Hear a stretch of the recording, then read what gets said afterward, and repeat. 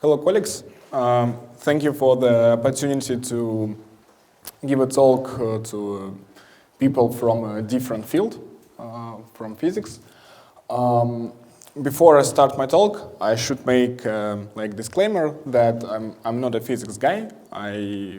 My area of research is optimization, machine learning. So today, in this talk, I will try to focus as much as possible only on machine learning side of the problem that we study. Let us start with roadmap. In this talk, I'll try to give like a practical recipe. What problems do we solve?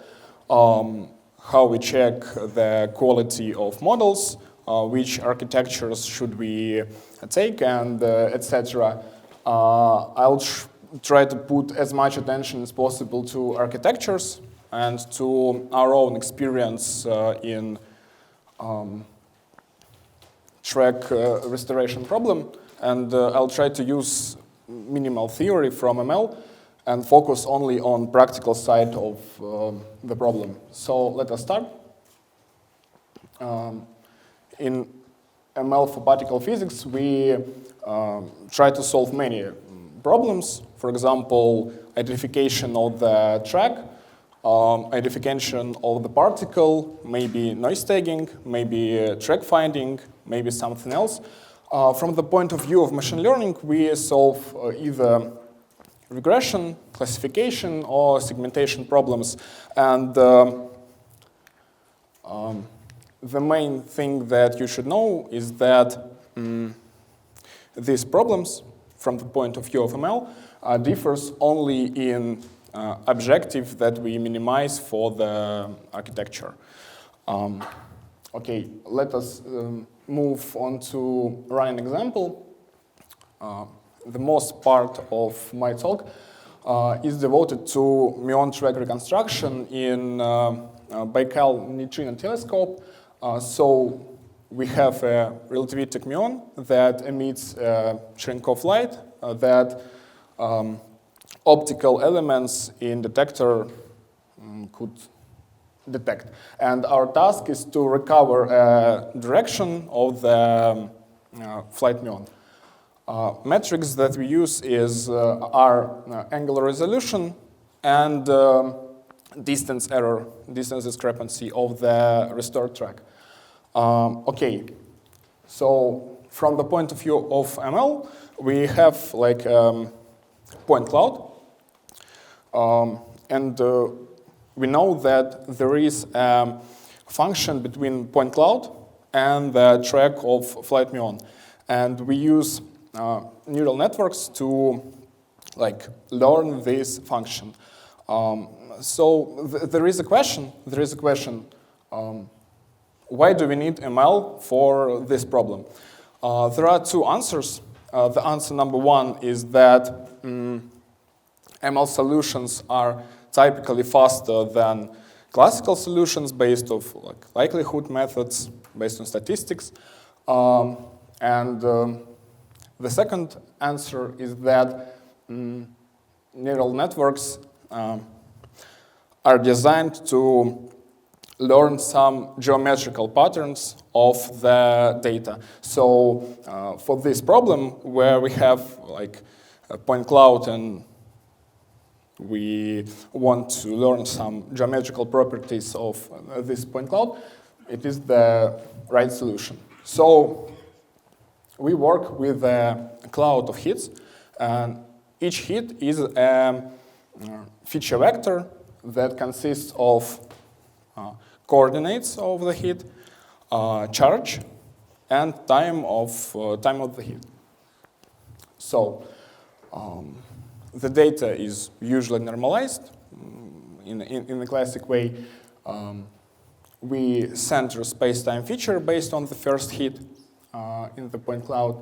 We scale them. We scale charge using this logarithmic formula. And we perform some data augmentations, such as rotations, inversions, and many more. Okay.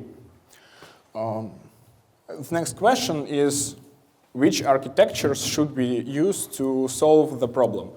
The first idea is, let us just use like MLP networks. However, this is not the case because of two reasons. The reason number one is that the number of hits in our point cloud usually varies. So we should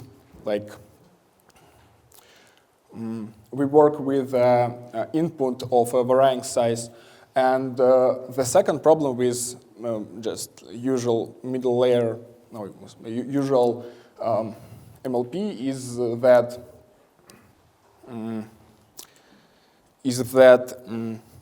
we should take the order of the input vector. The second idea, let us just look at the problem as the image where we have like voxels and try to use some maybe convolutions.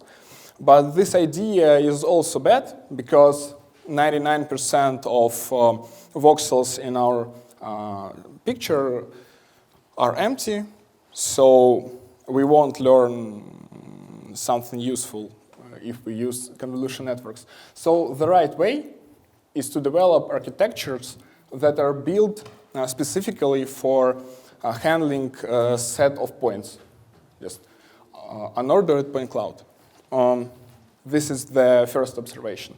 Observation number two is that we need architectures that respect permutations in the point cloud. So let us move on to architectures. Firstly, I'll make like a survey of architectures from the simplest one to the hardest ones. The first and the simplest one is usual point net. So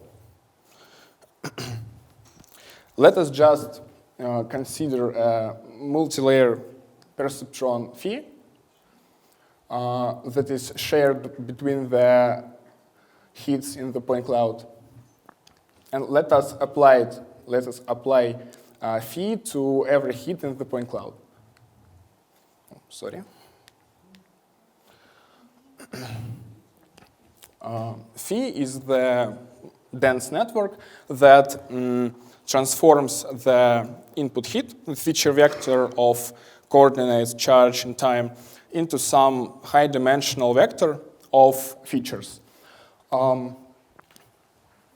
Then we apply maximization, coordinate-wise maximization between feature vectors, and use obtain a single vector that describes the system, and apply like one more multilayer perceptron. What pros of such an approach? It is simple to implement. It is fast. It doesn't require many compute or memory, and it is linear in the number of hits in the point cloud. However, such architecture loses the track geometry because it treats a hit in the point cloud as an independent feature vector. So hits in the point cloud don't interact between each other. So the point net is, yes, it is simple and fast. However, it is just like naive baseline and normal. Okay, let us move on further. So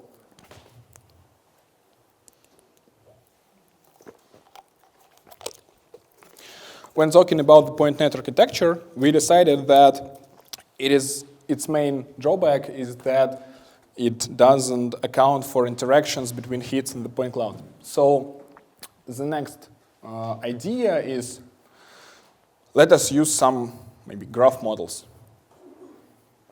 Okay, let us consider a graph where each hit is a node of a graph, and for each hit we have its k nearest neighbors, and we connect the hit to its nearest neighbors, just like using uniform weighting by edges.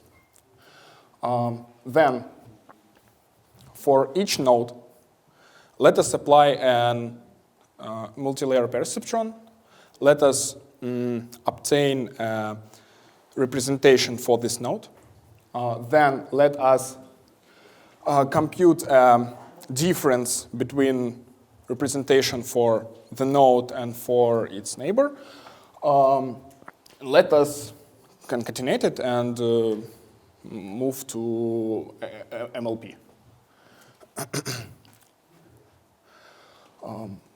Using this procedure, we obtain like a representation for the node that accounts for representations for its neighbors.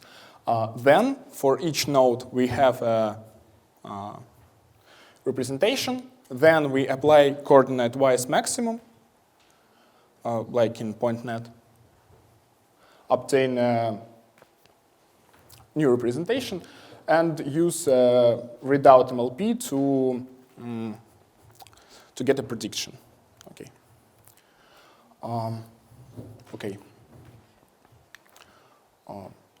It is important to make a remark here that graph networks are quite popular in the community, not only in particle physics. I saw many papers on hydrodynamics and papers on some other domains that people, I would say people try to use graph approaches like in 2022, 2023.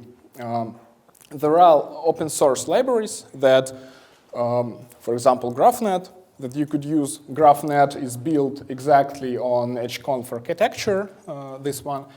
There are also many other graph-based approaches, such as GraphNet, that is developed for to account for irregular detector geometry, and many, many more.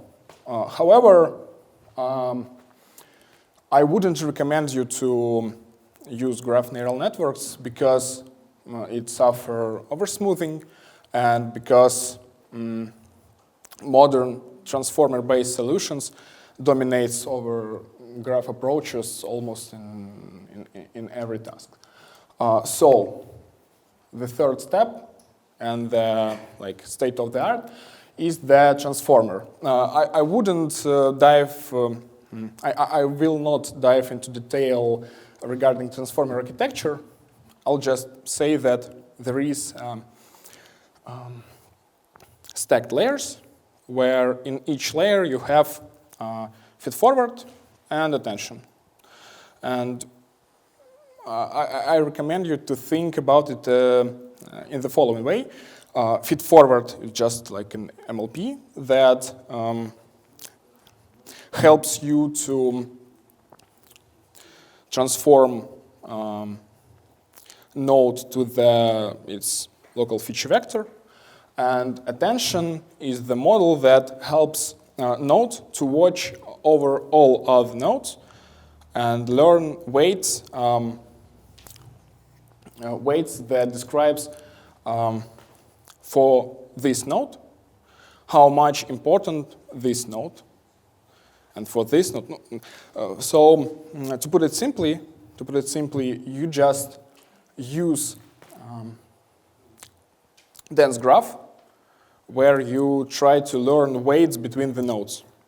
So you don't need to use something like this to apply nearest neighbors methods in a physical domain or in feature vectors domain or something else. You shouldn't think how to construct graph. You just learn it using attention.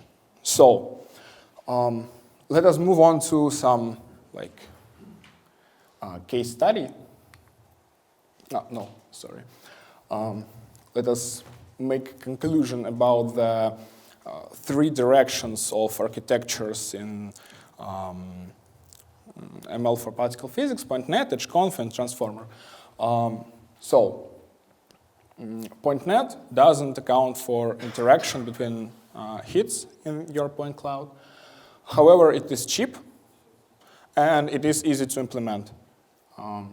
HConf accounts for the interactions using KNN, using just nearest neighbors. However, it is less cheap, and there is oversmoothing for graph networks. So, okay, and transformer, it is global. However, it is costly. It scales quadratically with increasing the size of your point cloud. So, if you try to use transformer, you should have like more compute than for HConf or PointNet. However, there are many memory-efficient implementations of transformer, for example, flash attention, for example, Mamba, and many more. So if you have not much compute, you should implement it more efficiently than it is usually done. Case study, the famous Kaggle challenge, neutrinos in deep ice. It was held in 2023. So the data was 138 million simulated neutrino interactions. Each event was like coordinates, time, and charge, and geometry file with optical models that catch the Cherenkov light. Target was just the angular resolution. This setup is close to the setup that I described in the beginning of my talk. And what we see in the winning solutions.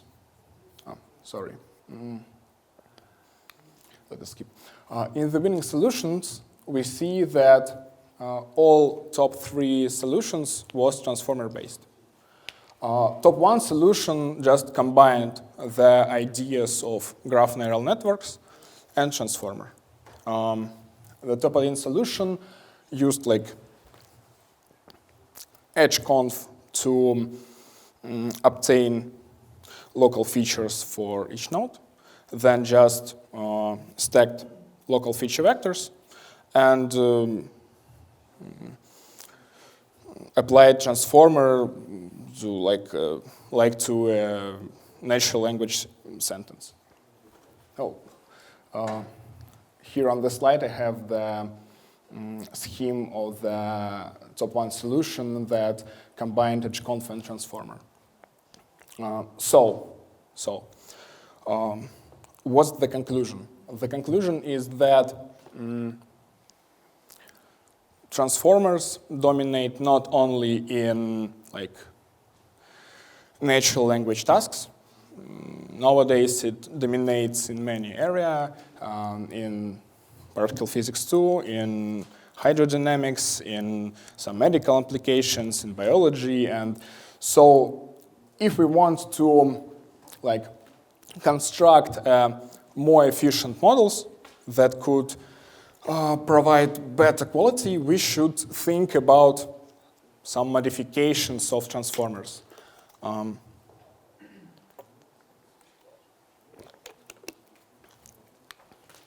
So let us move on to more interesting part of my speech. May I ask you a question? Yeah. But what is a transformer?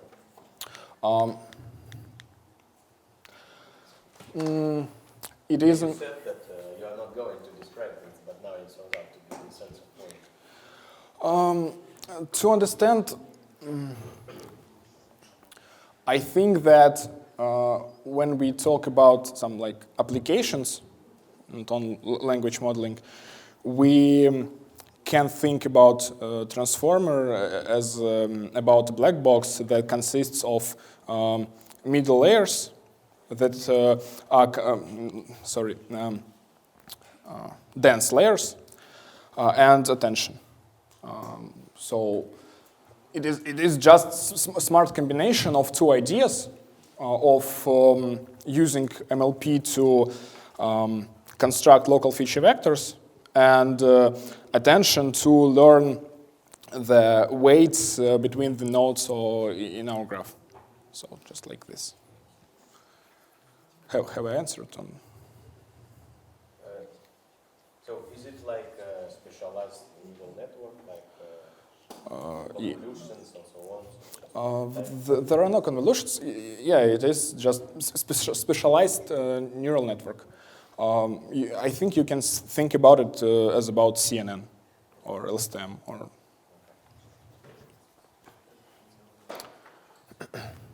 It is just neural network that takes like some sequence as the input and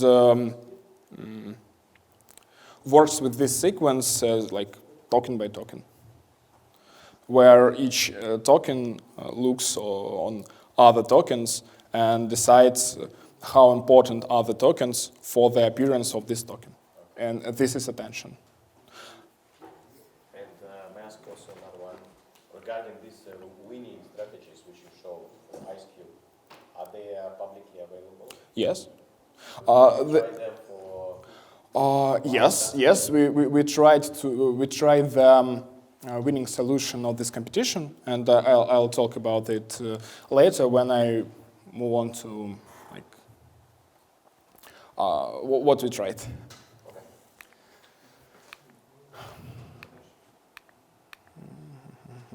Yeah, what we tried. We tried some experiments using Yandex Cloud GPUs with different modifications of transformer architectures. We used 200,000 simulated muon events in the Baikal GVD, and it is quite small data set. And I should make a disclaimer that we worked with this data like more conceptually. We didn't care much about filtering. For example, we didn't filter events where only one string of the telescope was catched the Cherenkov light. For example, we didn't consider events with less than 3 hits. But now I understand that this we should cut like many more events, like less than 8 hits, and etc. So point net mean angular error is 9.8 for the data that we used. Moreover, I should say that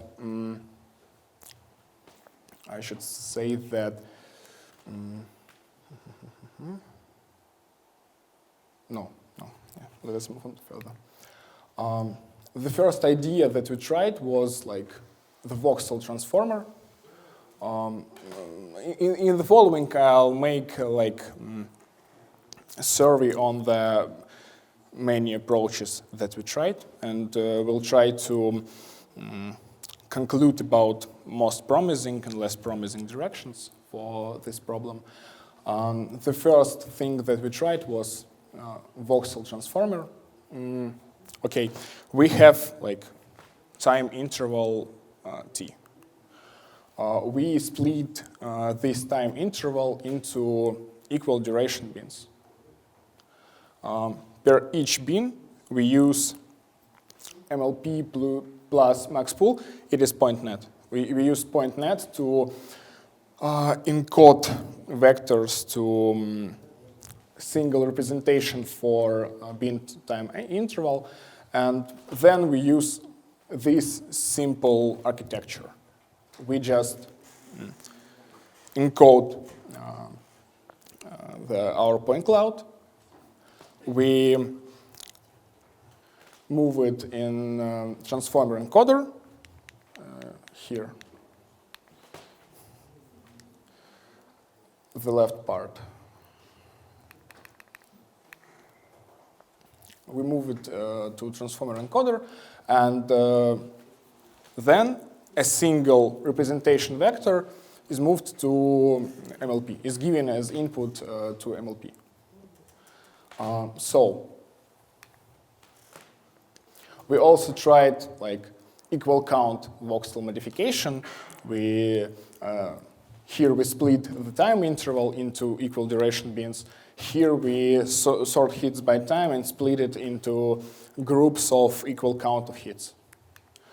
And for these two modifications of transformer, we beat the baseline solution with naive transformer in all bin hits. Yeah. Here we split the test data into bins, 10 to 30 hits, 30 to 100 hits, and etc. Okay.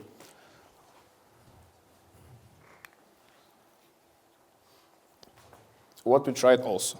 So in these two solutions, we just try to we have a point cloud, and we want to use the transformer encoder that can give us representation of several vectors. We have to use fixed number of vectors, so we just think and decide why not split equally in time and equally in space. Next, we decided to move on to further. We thought that why should we order point cloud into 1D sequence? Maybe it will be better to look at it as like image of hits with empty and non-empty voxels and try to use some attention mechanism to work with such input. So we have an unstructured hit cloud. We just take the k nearest hits within some radius for this hit. And we do this for a set of several radii R with index S. Then we pass their features through a shared MLP in a point net style for k-nearest hits of our point.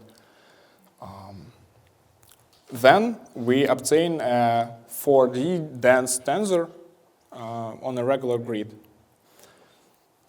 And a regular grid, it is input that is appropriate for convolutions, for transformers, and etc. So we can just use our 4D dense tensor and apply transformer and treat every hit as a token in the sequence and use it as an input to the transformer. Since we have like many hits in the point cloud, we additionally use the tokenization. So we straighten the grid, and then we use space-time patches. So what we have? We have 3D tensor at the moment t0, then 3D tensor at the moment t1, and etc. We can stack them. We can choose some small spatial time window. For example, 2 times 2 times 2 times 2. And just use this window to, it is called tublet. We can position index each tublet, and then for all space-time points that is inside the tublet, we just learn linear projection with fixed input size into some some token. And now we also have a sequence of tokens, and we can use this sequence of tokens as an input to the transformer. So we tried this approach.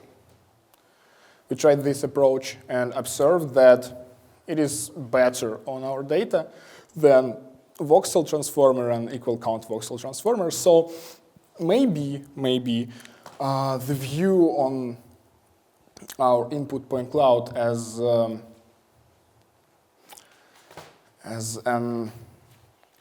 like 4D image is kind of useful. We didn't try to further develop this approach, since next we noticed the very interesting feature of the problem. We tried just drop binning entirely and consider each hit as a token.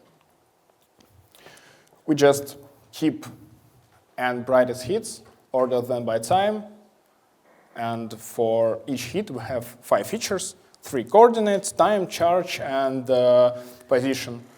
We just use MLP to encode it.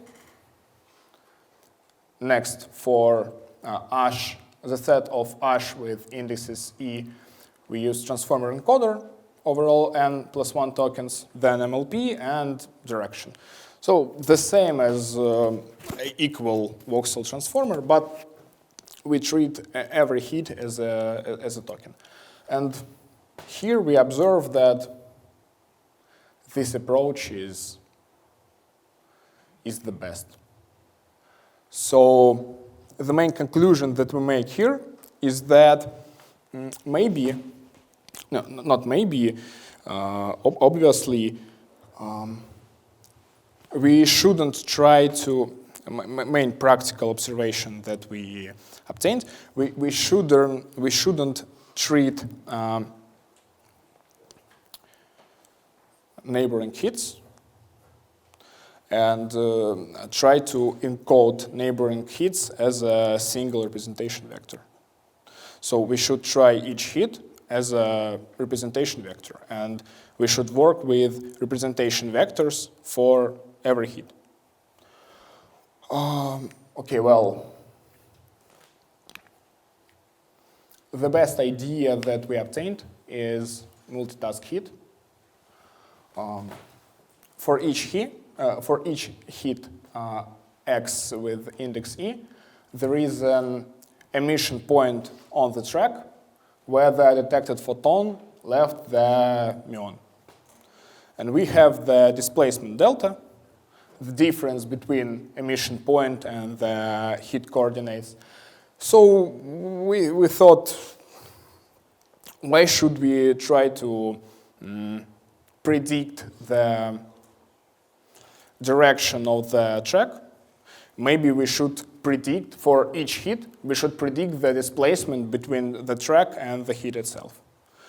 And so this simple idea, for each hit, for the point cloud of hits, we use a transformer to obtain a single representation for the sequence. Then we use a learned shift head. It is just shallow MLP layer. We predict displacement for every hit, and then we just use weighted PCA to reconstruct the direction. And here is the loss function that we use to make a prediction. Just the first term is a penalty for deviating in angle. The third term is penalty for deviating in coordinate of the first hit in time. And the second term is the sum of penalties for deviating in the displacement prediction. Here also hyperparameters, alpha, beta, and gamma.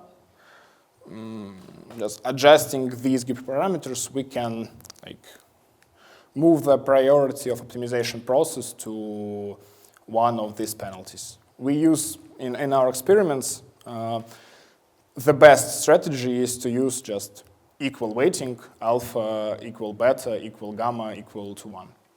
May I ask you? Yeah. So first is why you take modulus of cosine? We take modulus of cosine because,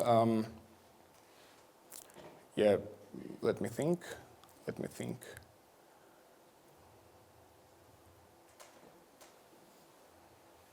To me, this looks We like take- you equally accept the estimate for u as aligned with u true and also And it is aligned.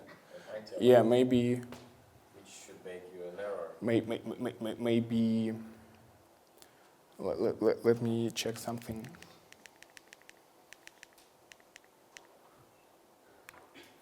Yeah, I think it is a typo in my presentation. Because I remember that we tried 1 minus cosine between directions, and we tried arc cosine. I don't remember that we tried modulus. I think it is like typo, sorry. Yeah, sorry. Okay. And then the second one is your idea about the displacement. This looks to me that then you assume just the direct changing of light by the formula you showed at the beginning. In our setup, yes. Yeah. Light, we consider like the distribution of the track in like ice or water. So, yeah. Yeah, but I mean that in principle light is scattering. And simulation takes this into account, and then you seem to ignore this fact. Because if you assume that this is only direct light without scattering, then you Could you please like explain what is I? Yes. It seems today I don't know. Yes. Okay, let me explain. So if you have a track like that, you have a point somewhere, you have this chunk of light, right? Mm-hmm. But then the chunk of light can be scattered and can appear in optical model. The simulation takes this into account. But since you are using this formula, you assume that this should be go direct. How important is this like This double can reflection? Can be a few percent, maybe. Not that important. Percent? Yes, few percent. Maybe it works because может это работает, потому что просто как бы порядок вклада другой, да? Видимо, да. Yeah, I think we should brainstorm about how to account for this. I think it can like further improve the quality. However, despite the fact that we ignored the like scattering for multitask heat, we obtained the better results in comparison with heat transformer, voxel transformer, equal count voxel transformer, top one solution that we applied to this setup. So maybe we really can make better with something like this. Okay, thank you. Okay. R0, just to understand from the previous slide, is the beginning of the track, right? Yes. Because we center the data using the first heat in the point cloud. No, it is not the first heat, it is beginning of the track. It not necessarily gives you any heat.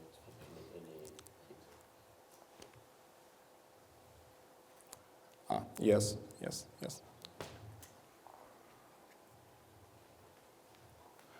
Okay.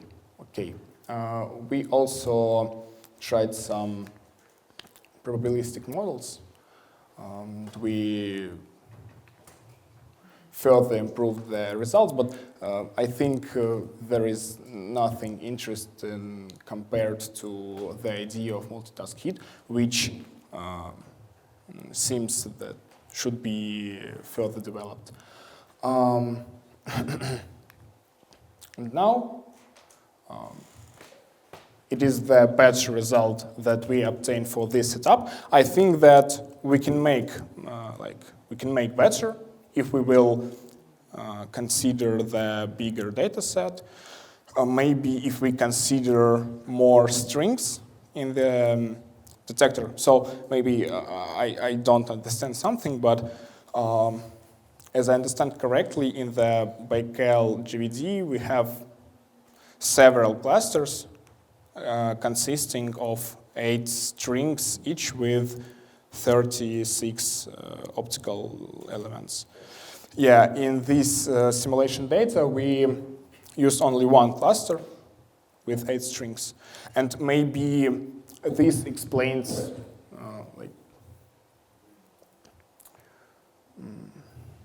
that the error bigger than in the ice cube experiments, because in the ice cube paper we have, give me a second, in the ice cube paper we have 86 strings and 5,000 optical elements.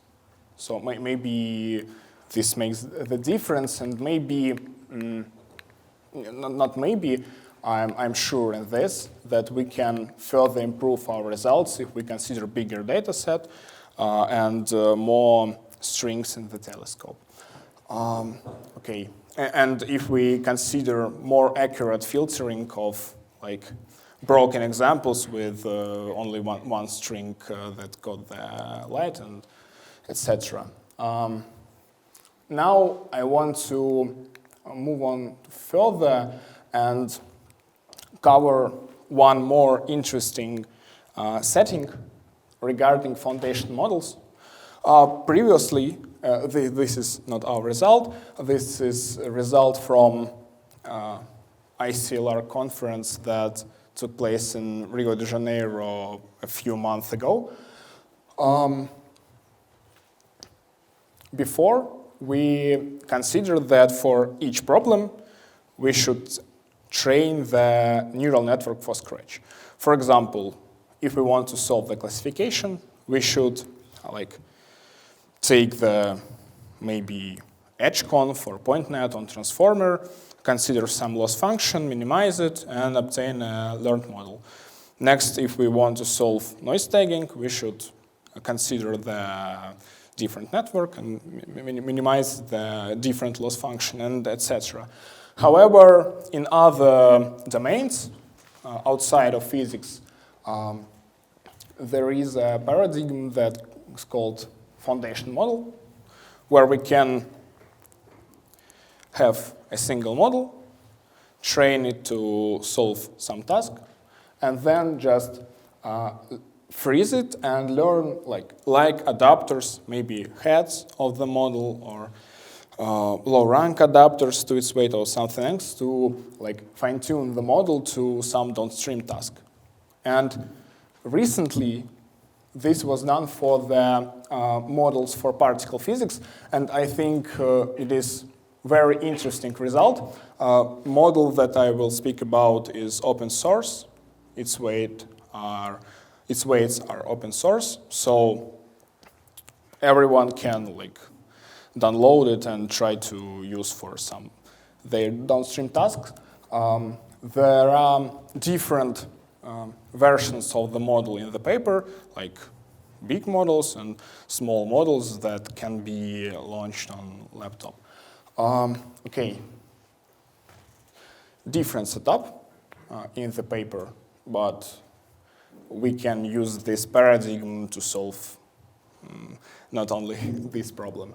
To pre-train the foundation model, the authors considered proton-proton collisions in the S-Phoenix time projection chamber.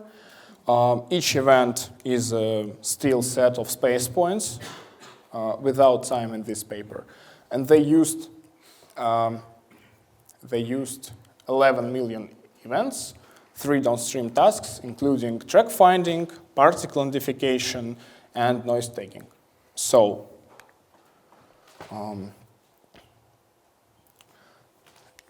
because the authors work with S-Phoenix time projection chamber, They work in a cylindrical coordinate. They have a sparse point cloud sparse point cloud. They like split the domain into boxes, and inside each boxes they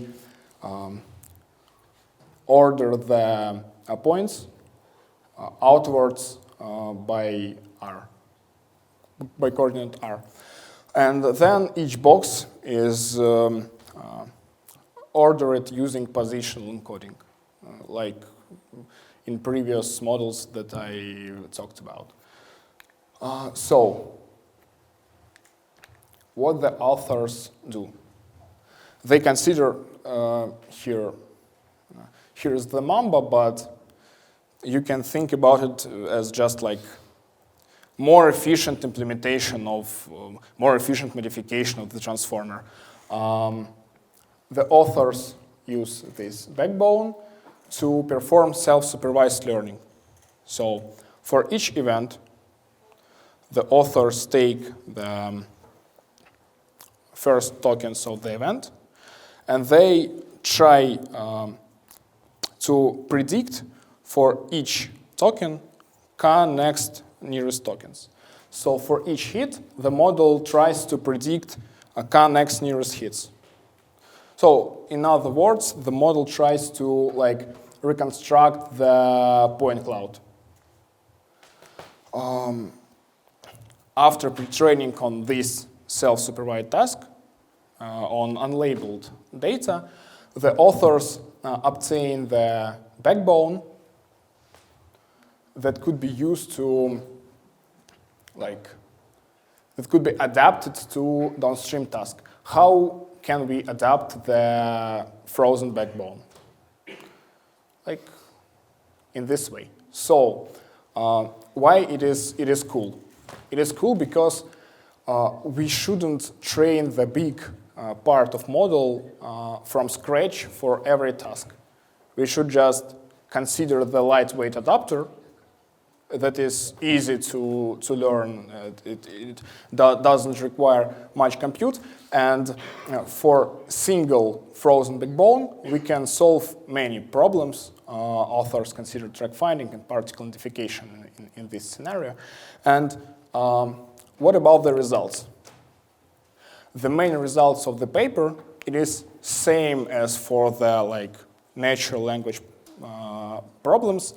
Here for track finding, adapting the frozen pre-trained model works better than specialized model as adapter only or EggNet or else. So if we consider big foundation model, if we pre-train it in the self-supervised way, we immediately obtain the quite good initialization for every downstream problem that we can consider in our setup. And more, same as for LLMs, surprisingly, there are scaling of the model quality with increasing the model parameters and space point count in the dataset. So FM4 MPP model scales with the growth of model parameters and training data. It is quite interesting results, and more interesting is that there is open weights for this model. Maybe we can do something like that in our setting. Okay. It turned out to be like a bit faster than 1 hour. However, let me like make a fast conclusion. First, to work with point clouds, particle physics problem is the special case of working with point clouds.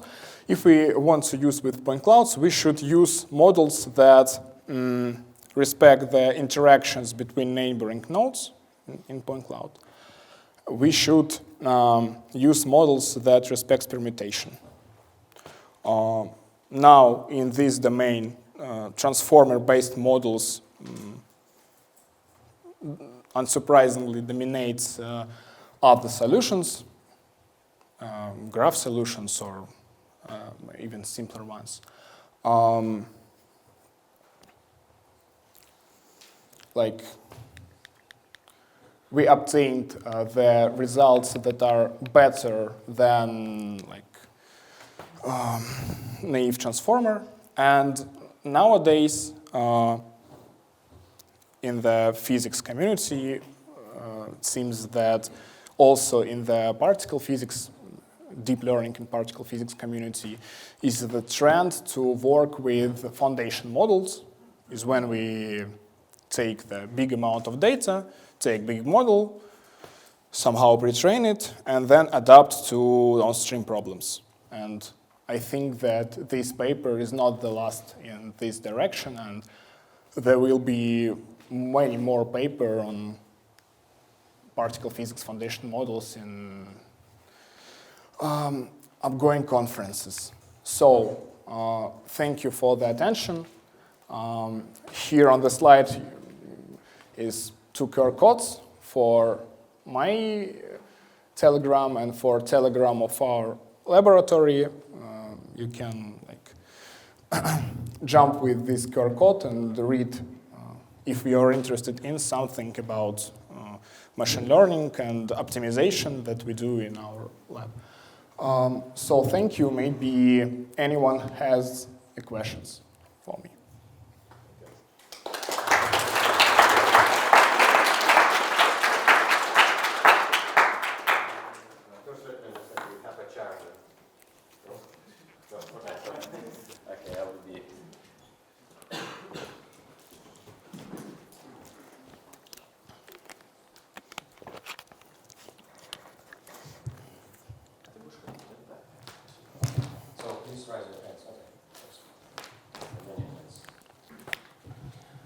Thank you very much for your presentation. I have several quick questions. First of all, please open table, for example, 3. Doesn't matter, 1, 2, 3, 5, or 7. Okay, in all tables you have error, angular, what you call angular errors. Please, first of all, say what does mean, for example, 3.0, what it means. It is the value of median angular error between true direction and predicted directions on test data. In degrees? In degrees. Oh, okay. The second one is connected with the tendency. In all these tables, I see that for very low number of hits and for very high number of hits, there is very high error, and we have a local minima between them. So, 2 questions. First of all, can you explain why we have this minima? And the second one, in real experiment, in which of these range is we typically working? Okay, I think, let me start from the last one, from 1,000 plus number of hits. I think this increase is explained by the properties of the data set that we use for training. In this data set, there is much more examples of 100 to 300 and 300 to 1,000 than 1,000 plus. So I think if we will consider the many enough events of 1,000 and more hits, there will no be increase in the angular error in the end. So you need just more statistics. I think for 1,000 plus, yes. For the beginning, 10 to 30, for example, as I have seen in other papers, it is a common thing that mean angular error acts like something like that. This is because I think there is just too few. There are just too few points in our point cloud to let the network learn some like geometrical. You can't learn geometrical patterns using like 2 points or 3 points. Okay, but what is the typical range for experimentators? Maybe they work with 10,000 or maybe with 10. I think I'm not a specialist in this question. However, as I understand, it depends on the energy of the muon. So, unfortunately, I can't say what typical Dmitry, typical energies of. I can help you with this. Yeah, thank you. I think I have a hypothesis why you have this kind of weird dependency. The reason probably is the following. With the rising of energy of muons, it is increasing importance of production of showers. So when you have that much number of photoelectrons or hits, this means that the muon was really energetic. And when a shower is produced, it is producing a light which is almost spherical distributed. So if I draw it here, so others can see, so it is not just a straight line. It is a straight line for the muon, but it is not just a set of Cherenkov rays, like for low energies. If somewhere here a shower was produced, for example, then light is emitted almost isotropically, right? Okay, this direction. So it's like a ball of isotropic light. But in your loss function, you always assume it is like that, with Cherenkov code. But now it is actually not at all, has nothing to do with the Cherenkov angle. А какое-то типичное число срабатывания будет, если вот такое явление есть?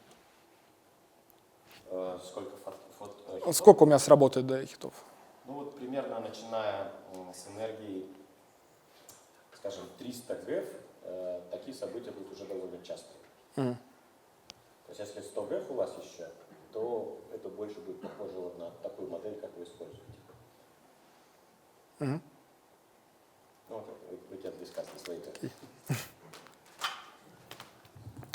So, I think that the end is because of data and the beginning is because of, maybe I'm wrong. Maybe. But as I saw in other papers, it is like that.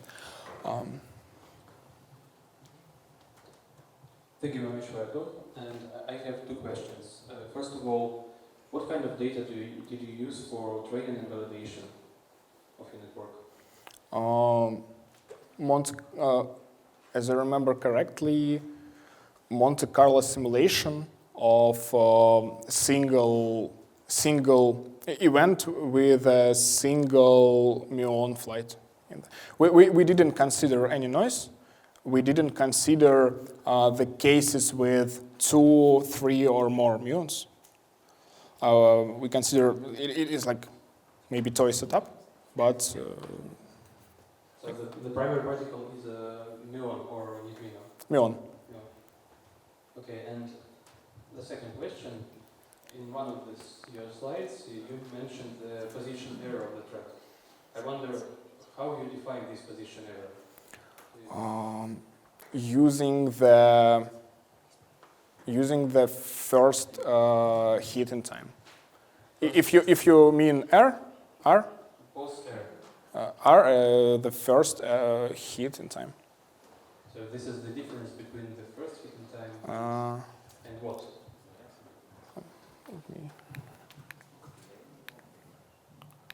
Yeah, this slide. This slide.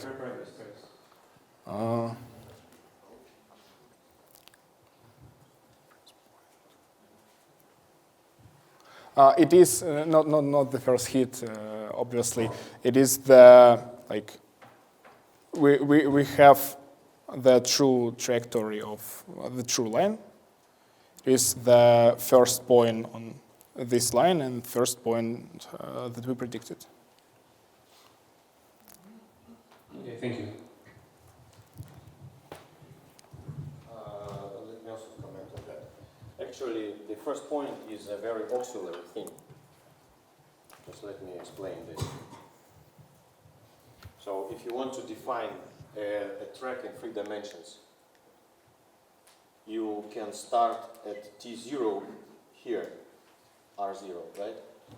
This Yes. is the start. It is not related to first hit. So first hit can I relate. misspelled, yeah. Yes, no problem. I just want to say that actually it can start at another T0 prime at another point being on the same line. So there is a certain symmetry between shift in time and shift in position with the given direction. So there is no great importance in real R0 position. It is just a combination with the initial clock for your event. So you also probably could take this into account using this symmetry. So you can change T0 and R0 simultaneously, just following along the line. So probably you can find some geometrical combination to exploit this symmetry. This I also wanted to comment. And if by mistake, I mean, I don't know, if by mistake you or your colleagues associated this R0 with the real first hit. No. Yeah, okay, then this could also lead to some bias.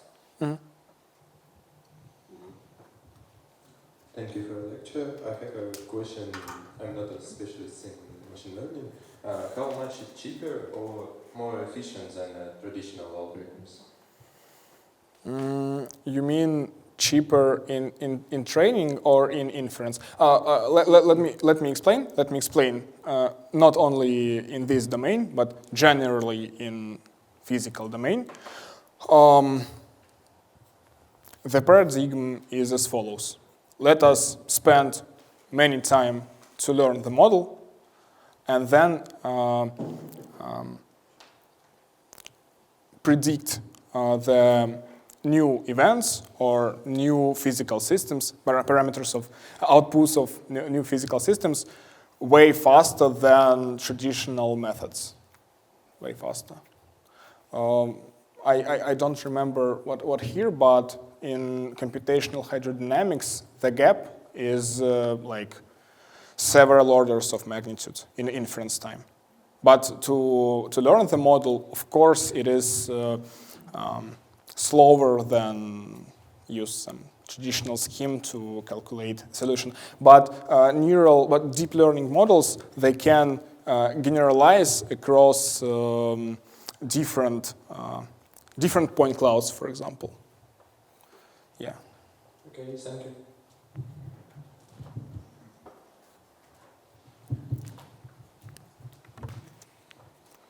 Thank you for your lecture. I have several questions. At first, I want to understand. You don't use point net or not? What do you mean? As I understand, finally you use GNN and transformer. And we don't use GNN. We rely only on transformer solutions. HConf. If you mean the beginning 3 slides with PointNet, HConf, and transformer, I just tried to make like sequence from absolutely local model PointNet that ignores the interactions between the nodes to models with global attention transformer. So in our experiments, we try to modify the transformer and not edgeconf or pointnet. I talked about pointnet and edgeconf as a historical part at the beginning of the talk. As I know, Sorry for the interrupting. We tried pointnet and edgeconf as baselines. We tried many graph models, but naive transformer was way better than these solutions. okay. As I know, GNN, the key idea is we can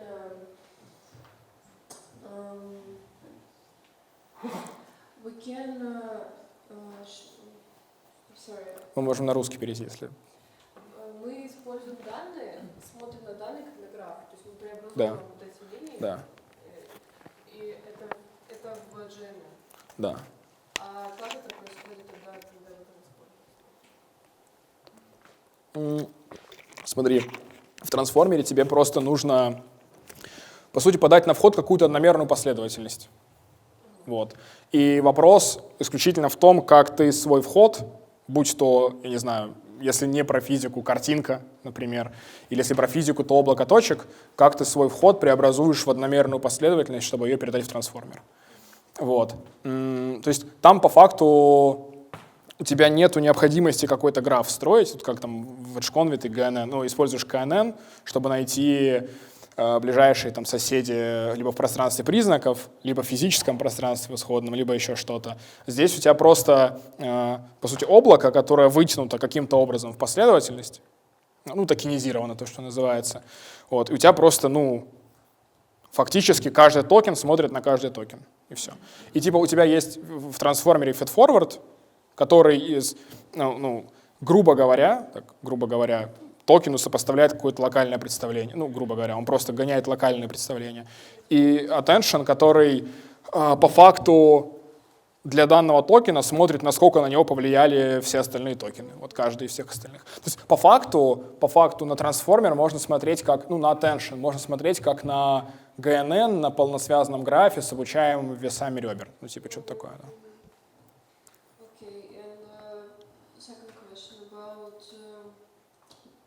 Another example, if in this task we have tracks, in your opinion, what architecture we can use if we have not tracks but points like stars, and we need to describe what objects is stars, and we need to find we need to find comet, and we need to find comet. And distinguish comets and stars? Yeah. In the frame we have many stars and one comet, and we need to find comet. Maybe you should try something like... am I correct that the input is like an image of... what kind? Image? Image with stars and one comet? Yeah. Maybe you should try... Did you try some naive variants like maybe visual transformer or something else, or YOLO? Or... No, I thought about CNN and... I don't think that CNN is the right variant here. You have something much more powerful than shallow CNNs. YOLO it's the best. Детекция изображений. Yeah, I know. In your opinion, is it's best variant? I think yes. No, I think you should start with the VIT. Maybe. Oh. Maybe aren't there any like ready architectures for this problem? Okay, thank you. Не, я имею в виду, нет готовых каких-то архитектур, да, для этого? Прикольно. А чем это отличается условно там поиска опухоли на фотке? Имеется в виду готовая архитектура для поиска конкретных задач? Ну, типа, да. Ну, начни с вита, а там как по нарастающей. Okay, thank you for your presentations. I think machine learning is a very powerful tool, but in physics we need to very clearly understand our method. I mean, all logical steps, and sometimes if we solve a problem, actually experimental problem, always.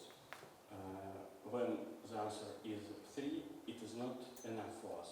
We should know is it 3 plus or minus 0.1 or plus or minus 100.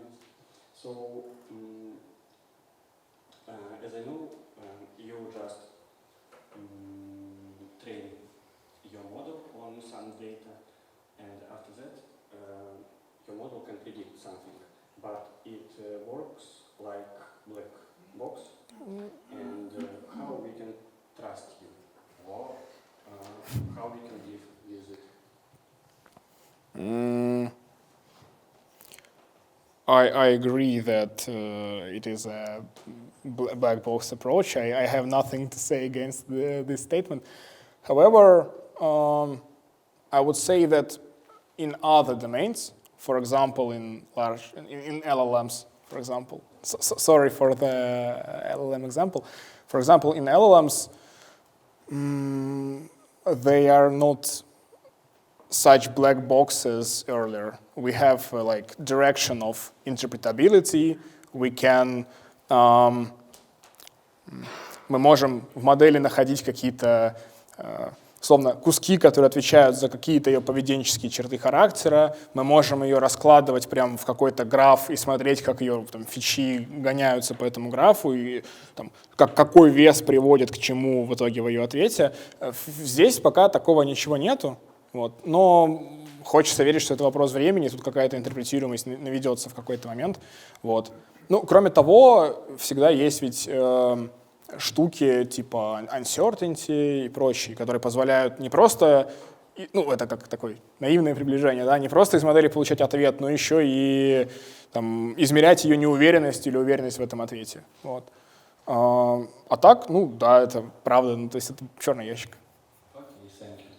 Но на самом деле в большинстве задач, то есть как бы во многих, по крайней мере, задачах нас не сильно смущает, что это черный ящик, в плане того, что даже в физике, там, ну вот, возьмем гидродинамику, да, ту же. Там, вот мы хотим, вот у нас есть машина, вот мы хотим для машины посчитать какие-то там, не знаю, подъемную силу, там, сопротивление, что-то еще, да, и хотим вот оптимизировать конструкцию. Или там перебирать конструкции, основываясь там на целевых каких-то значениях сопротивления и так далее. Да, конечно, то, что мы обучим модель, которая выдает решение Навье-Стокса, не значит, что она будет выдавать решение, которое удовлетворяет уравнению Навье-Стокса. Оно не будет удовлетворять ни там, законом сохранения на самом деле, ни там, граничным, ну, в общем, ничему. Это просто у модели будет какая-то своя внутренняя логика, которая сопоставляет функцию входу. Но тут важно понимать, что, допустим, в этой задаче у нас, по сути, вот этот ML-пайплайн, он независимо живет, он встроен как бы в то, что идет дальше. То есть вот как там, например, вот есть PhysicX, стартап, который там для Формулы-1 помогает форм-факторы машин оптимизировать. Но они не просто считают сеткой и строят машину. После этого они прогоняют там лучшие примеры через конечные элементы, потом строят модель в аэротрубе и так далее. То есть, естественно, как бы обучить нейросеть и полагаться только на нее, это, ну, плохая идея. Но встроить это в пайплайн как что-то очень быстрое, что, ну, грубо говоря, зачем мне считать методом конечных элементов 10 тысяч машин, если я могу обученная нейросетка отобрать из них 10 и посчитать только их. Вот. Да, ну, можно прокомментировать? Ну, я вообще в целом, да, тоже самое хотела сказать, что если мы имеем очень много объектов, скорее всего, классические методы будут работать очень долго. В этом нет никакого смысла. Мы можем найти с какой-то вероятностью, да, она сработала правильно или нет, но мы находим область, где, соответственно, ну, у нас есть какой-то доверительный интервал, уже среди этого небольшого количества объектов мы можем применить и самые точные методы. По сути, да. По сути, да. Оно быстрее. На самом деле, я когда столкнулся вот с вот этой задачей реконструкции трека, я был сильно удивлен, потому что это первая задача физического характера, в которой ML-ные решения работают точнее, чем какая-то классика. Вот это меня очень сильно удивило, потому что в других доменах, ну, там есть трейд-офф между как бы точностью, скоростью, а здесь как бы его нет, это очень интересно. Я тогда, наверное, тоже по-русски уже буду говорить. Тоже хочу прокомментировать вот, заявление моего коллеги и еще одного коллеги. Я сам занимаюсь в том числе материаловедением и, например, методом молекулярной динамики. Соответственно, в молекулярной динамике есть основные подходы. Это ДФТ сначала, ну, он будет очень точный, но он позволяет вам считать, ну, скажем, там несколько сотен атомов, это в лучшем случае. Причем, ну, они многоэлектронные, поэтому это очень тяжелая задача, но она позволяет вам очень точно считать очень маленькие системы. С другой стороны, вы можете использовать машинное обучение. Это позволяет вам выдавать характеристики материалов на очень большую скорость, с очень большим количеством этих материалов, в том числе и с учетом мезоструктуры, что очень сложно, ну, что невозможно вообще учесть в ТФТ. При этом, вот, например, при этом, как бы, да, надеяться на результаты только машинного обучения, ну, опыт показывает, что невозможно. Поэтому, в принципе, вот основное направление, в котором сейчас вот двигаются, в том числе наши коллеги из МФТИ, это скрещивание этих двух направлений, то есть обучение данных, обучение так называемых машинно обучаемых потенциалов, взаимодействия отдельных частиц в симуляции молекулярной динамики на ДФТ, и потом применение машинного обучения именно вот в виде частичного взаимодействия многоэлектронных систем друг с другом, но симуляция все равно идет классическая. Это дает оптимальный прирост как в скорости и вообще в размере возможных вычислений, так и к точности. То есть эта точность, она, ну, не уступает ТФТ, конечно, понятно, но все-таки она дает гораздо более высокую точность, чем прямое попытки предсказать характеристики материала машинному обучению. И при этом это, ну, гигантский выигрыш в скорости и просто в оперативной памяти по сравнению с первыми принципами. А можно вопрос, а какие там характерные времена вот в материаловедении, то есть вот ДФТ? Я честно скажу, мне стыдно, я не знаю, что это такое, вот, но...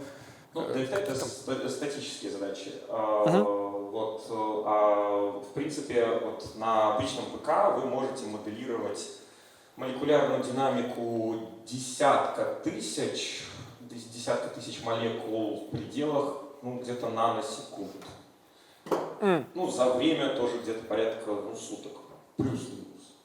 В принципе, если вы, конечно, используете GPU или кластер, то, понятно, будет больше ускорения. Насколько я знаю, современное достижение сейчас это, значит, моделировали распространение, по-моему, волны образования алмаза в графитовом порошке на расстоянии микроны в пределах, да, то есть это было порядка микрона, то есть это не единица атомов, это прям огромное количество атомов. И время, ну, соответственно, сопоставимо с прохождением этой волны, то есть это получается, если там микрометр, это тоже, ну да, десятки наносекунд. Но опять-таки это с учетом всей мезоструктуры, которая была между изначальными зернами, которые были, ну, нанометрового размера, вот там десятки, сотни нанометров, но, соответственно, в домене, который имел размеры микрона. И, в принципе, можно было потом сравнить с результатом эксперимента. Это было проделано американскими коллегами, и они показали, что да, ударная волна в этих порошках так и распространяется. Причем со всеми хитрыми образованиями различных там, ну, кластеров, которые вот потом наблюдаются в эксперименте. Поэтому именно комбинация, вот, возможно, что машинное обучение не всегда нужно применять непосредственно вот к решению задачи целиком, а именно к какой-то ее части. Вот это пока что видится, наверное, самым таким перспективным, вот, по крайней мере, в той области, к которой я имею большое отношение. Это последний пример, это микс был, ДФТ и машин ленинг? Да. Ну, то есть на ДФТ натренировали, а потом на ДФТ натренировали потенциал взаимодействия между отдельными частицами среды. а потом это все в этот машинный обучение потенциал заводить безопасно. Так, спасибо. Еще вопрос есть? Да, может, у меня скорее немножко мечтательский вопрос. Смотрите, вот TypeScript работает, допустим, около 20 лет, собирает статистику, ну и мы получаем какие-то, получаем события. А вот что если вместо обработки вот этих событий, придумывания новых алгоритмов, предсказывать новый результат? Например, как предсказывают погоду с помощью ML, почему бы не предсказывать результаты эксперимента, вместо того, чтобы ждать там 100 или 200 лет? Как вы думаете, вообще, во-первых, вопрос, ведутся ли вообще такие разработки? И насколько вообще... Мне понятно, что это черный ящик, но можно ли им вообще будет доверять? Результаты экспериментов в плане... Ну, типа, что мы увидим там завтра, например, учитывая, что мы 20 лет наблюдаем события Ice Cube, например, что мы увидим завтра, сколько там событий, или через месяц, вместо того, чтобы как-то быстрее накапливать знания. Как думаете, ведутся, вообще ведутся ли такие... Именно вот в таких задачах? Ну да, где требуется огромная экспозиция, как Ice Cube. Честно говоря, я не уверен, что это какой-то временной ряд получается. Я просто, если честно, не знаю, насколько какие-то события, которые происходят в детекторах, подвержены каким-то адекватно описываемым законам. Вот, мне тут не хватает знаний. Погоду предсказываю, да, но погода, это же, чуть, мне кажется, попроще. Опять же, возможно, я не прав. Но погода — это, по сути, вещь, которую я могу урматом описать, задачу поставить и как-то решать. Тут окей, да. Нет, конечно, погода — это известные уравнения. Да, я просто не уверен, что здесь есть какие-то уравнения. А здесь вспыхнет у вас какое-то активное галактическое ядро или не вспыхнет? Как это можно предсказать? Мне поэтому тоже кажется, что тут зависит сильно от того, насколько эта задача описываема в рамках там, то есть... Ладно. Еще вопросы есть?